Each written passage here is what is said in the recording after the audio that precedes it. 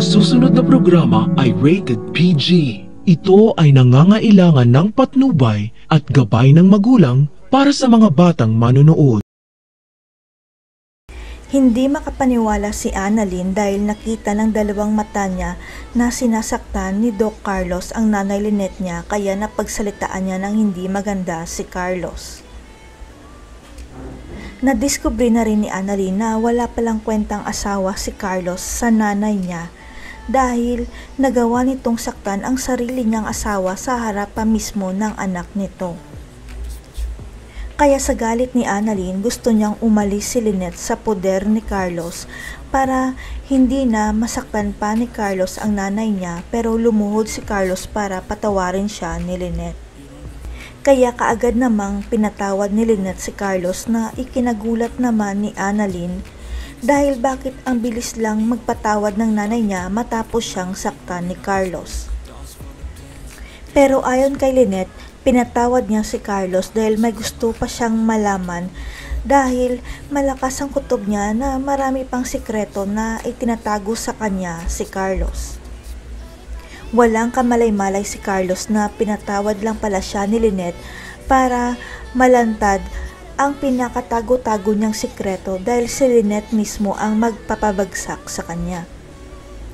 Pero kung saan nangako na si Carlos na hindi na siya magsisinungaling pa kay Lynette, bigla namang tumawag si Irene Benitez, ang pangalawang babae na pinakasalan ni Carlos. Naikwento ni Harry kay Annalyn na sana si Lynette na lang ang huling babae sa buhay ng daddy niya dahil ayaw na niya makisama pa sa iba katulad ng isang babae ni Carlos. Nagulat si Annalyn sa sinabi ni Harry na may ibang babae pa pala si Carlos bago ang nanay Lynette niya, kaya sinabi ni Annalyn sa nanay niya na may isa pa palang babae si Carlos. Ang hindi nila alam, pinakasalan ni Carlos si Irene sa Amerika matapos mamatay ang nanay ni Harry. Ang ibig sabihin nito, walang bisa ang kasal ni Carlos kay Lynette. Alam ni Irene na si Carlos ang nakausap niya sa telepono, kaya hahanapin niya si Carlos hanggang sa mag-cruise ang landas ni Irene Benitez kay Annalyn sa Eastridge Hospital. Magpapakilala si Irene kay Annalyn na siya ang legal wife ni Doc Carlos, kaya biglang tumigil ang mundo ni Annalyn dahil lumalabas na kabit pala ni Carlos ang nanay Lynette niya.